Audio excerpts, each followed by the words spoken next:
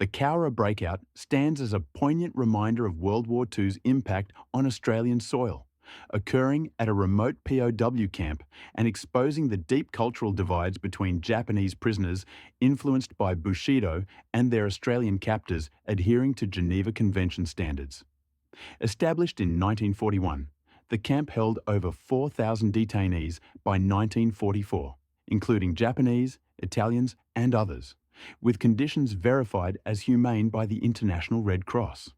Tensions escalated after the 1943 Featherston riot in New Zealand, prompting added security, but guards underestimated the shame of captivity for Japanese POWs, many of whom used aliases to protect family honour. The breakout began around 2 a.m. on August 5, 1944, following a 24-hour notice of transfer. Prisoners set barracks ablaze and charged fences in groups, using blankets for protection and makeshift weapons.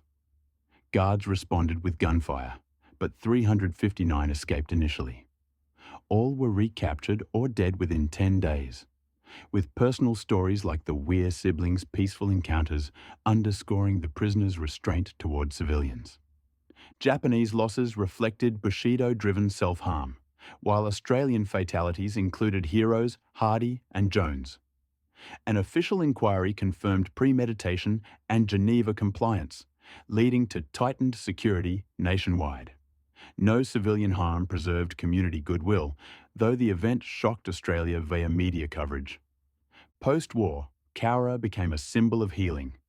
The Japanese War Cemetery, 1963, enters 522 war dead, and the Japanese Garden, 1978, promotes peace. Anniversaries, such as the 81st in 2024 with high-level attendance and the 82nd in 2025 focusing on shared values, highlight enduring ties, with Japan ranking highly in Australian trust polls. Cultural works like books and films preserve the story, emphasising misunderstanding and empathy. The Cowra breakout, occurring on August 5, 1944, at numbered 12 Prisoner of War compound near Cowra, New South Wales, Australia, remains one of the most dramatic and tragic episodes of World War II on Australian soil. This mass escape by 1,104 Japanese prisoners of war from Compound B is recognised as the largest prison breakout in modern military history, and one of the bloodiest incidents of the war, resulting in 231 to 234 Japanese deaths, many through suicide, self-inflicted wounds, or at the hands of fellow prisoners, and 108 wounded, alongside 4 Australian soldiers killed and 3 wounded, with 1 additional accidental death from sepsis. No civilians were harmed, as the escapees followed strict orders from their leaders not to attack locals, illustrating a complex blend of desperation, discipline, and cultural imperatives. The event was not simply a bid for freedom, but, for many participants, a deliberate act to reclaim honour under the Bushido Code, given the remote location's harsh terrain and the near impossibility of returning to Japan across thousands of kilometres of outback and ocean.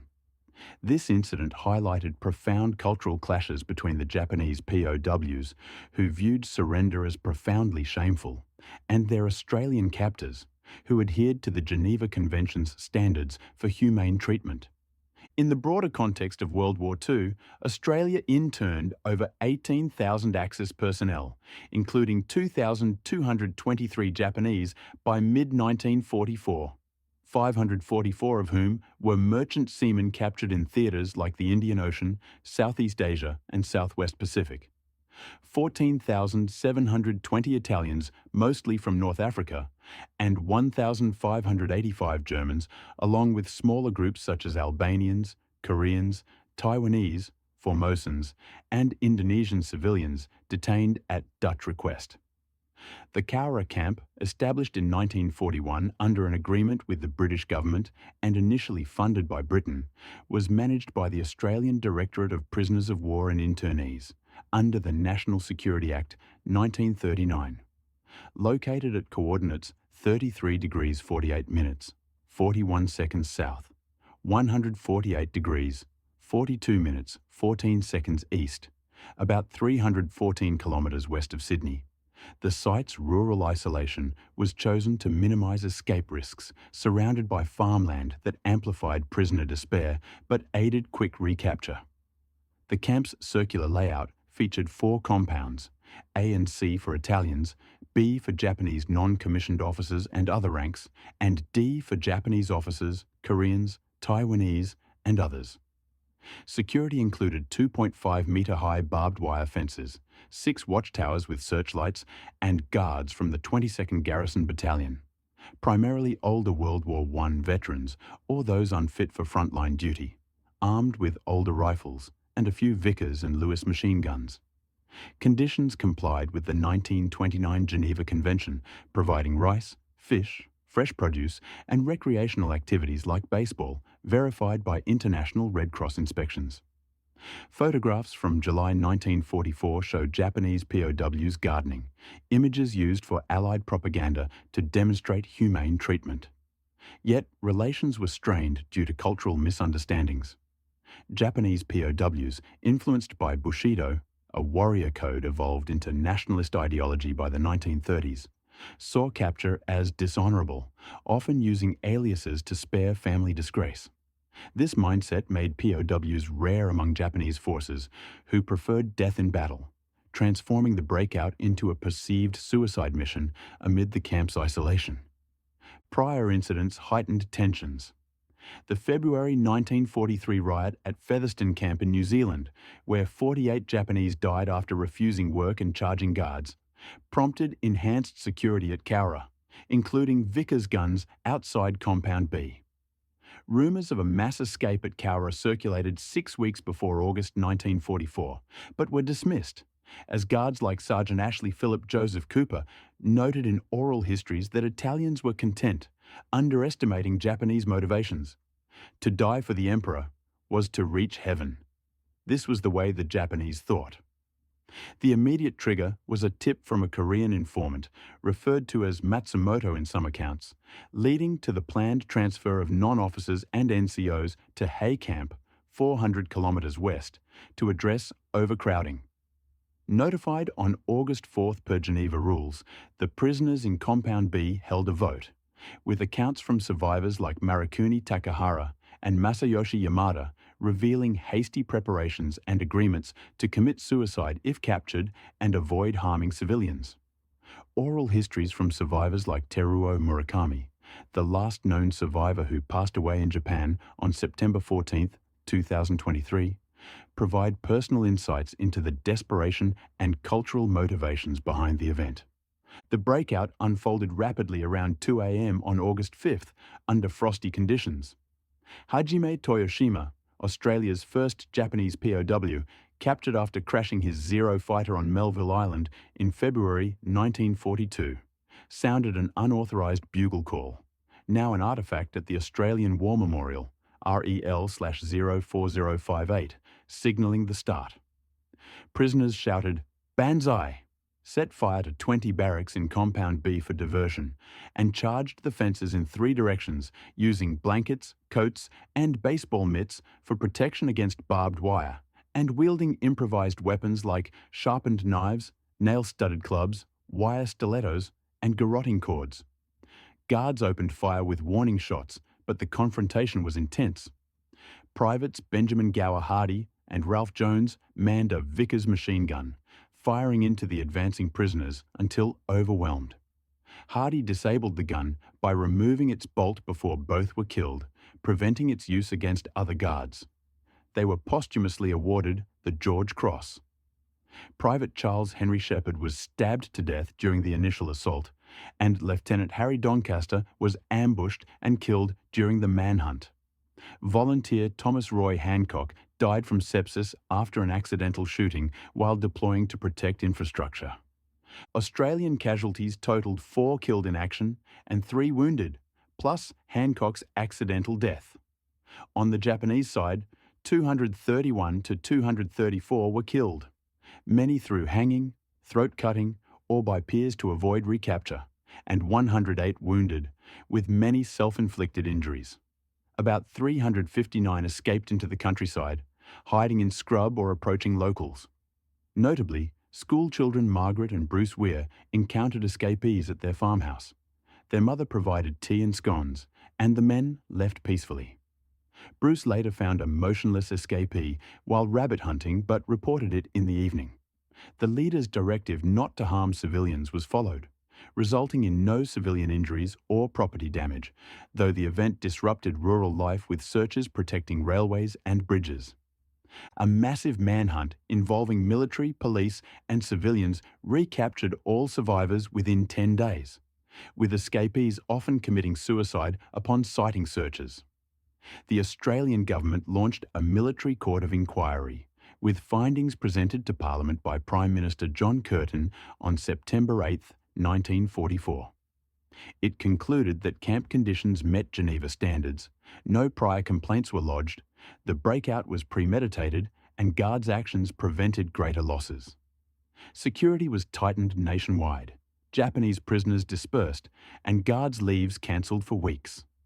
The event made front-page news in papers like the Sydney Morning Herald and the Argus after a press ban was lifted, reflecting national shock. Key stakeholders were profoundly impacted. Japanese POWs and families bore the heaviest toll, with deaths reflecting Bushido-driven desperation. Many used aliases to avoid family shame. Australian military and families suffered losses, with tightened security and cancelled leaves. The local Cowra community, including farmers and children like the Weirs, assisted searches without harm, fostering goodwill. Broader Australian society experienced ripple effects through media coverage and enhanced POW policies, while the event influenced Australia-Japan relations positively in the long term. Over decades, the breakout evolved from tragedy to reconciliation symbol. In 1952, Cowra RSL President Albert Oliver initiated grave maintenance. 1963 established the Cowra Japanese War Cemetery, the only such in Australia, interring 522 war dead. The 1978 Cowra Japanese Garden and Cultural Centre, designed by Ken Nakajima in Edo style on Bellevue Hill, symbolises peace, funded by community efforts. Cowra received a rare World Peace Bell for friendship with Japan. Anniversaries reinforced ties. The 75th in 2019 featured wreath layings and exhibitions. The 85th in 2024 included a Peace Bell ceremony, torch run, lantern parade, and a cherry blossom tree gifted by Japanese PM Kishida, attended by Australian PM Albanese and Japanese officials. The 81st in 2025 emphasised democratic values, with participation from the Consul General of Japan in Sydney.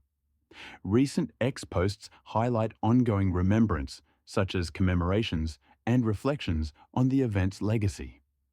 The breakout has inspired cultural works. The 1984 miniseries The Cowra Breakout by Philip Noyce, a 2008 Japanese TV movie, books like Die Like the Carp, 1978, by Harry Gordon, and oral histories from survivors and guards. Local tales like the Weirs encounters underscore community involvement. The site's isolation amplified despair but aided containment and now supports heritage tourism. World War II's Pacific campaigns created unique challenges for Australia in managing POWs, with over 18,000 Axis personnel interned. The Cowra camp's remote setting provided security but heightened desperation. Japanese POWs, rare due to no surrender policies, faced stigma using aliases. It followed Featherston and reflected internment of over 18,000 in Australia, tightening security. Casualties and impacts. Breakdown. Japanese, 231 to 234 killed. Suicides common. 108 wounded. Family shame. Australian, 4 killed, 3 wounded, plus 1 accidental. Tightened security. Civilians. Assisted searches. Later reconciliation. Broader, media shock. Policy changes. Timeline of milestones. 1941. Camp opens. 1943. Featherston riot prompts security. August 4th, 1944. Transfer notice. August 5th, breakout. August 15th, all recaptured. September 8th, Inquiry presented. 1947. Camp closes. 1952. Grave maintenance. 1963. Cemetery. 1978. Garden. 2019. 75th anniversary. 2023. Murakami dies. 2024. 85th with tree planting. 2025. 81st emphasizing values. 2026. Nara Treaty anniversary. Historical and future implications. Historical. Exposed Bushido verses. Geneva clashes. Tightened policies. Future. Symbol of peace. Boosted relations through exchanges. Trust polls.